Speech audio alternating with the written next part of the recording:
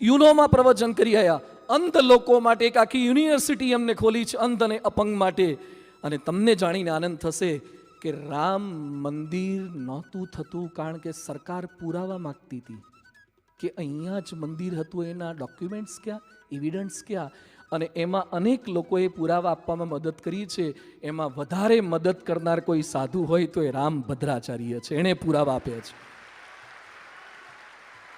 એણે વાલ્મીકી રામાયણમાંથી અને રામચરિતમાનસમાંથી રામનું ઘર અહીંયા હતું એના ડોક્યુમેન્ટ સાથે, શ્લોકો સાથે, સાખીઓ સાથે પુરાવા આપ્યા છે, સજ્જડ પુરાવા આપ્યા છે. હવે સાંભળજો મારું વાક્ય.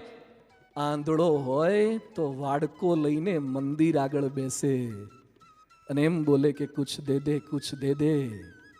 આંધળો માણસ વાડકો લઈને બેસે એ પરીક્ષાને પડકાર ના આપી શકે, પણ આંધળો માણસ મંદિરના પુરાવા આપી શકે ને, એ રામભદ્રાચાર્ય બની શકે છે.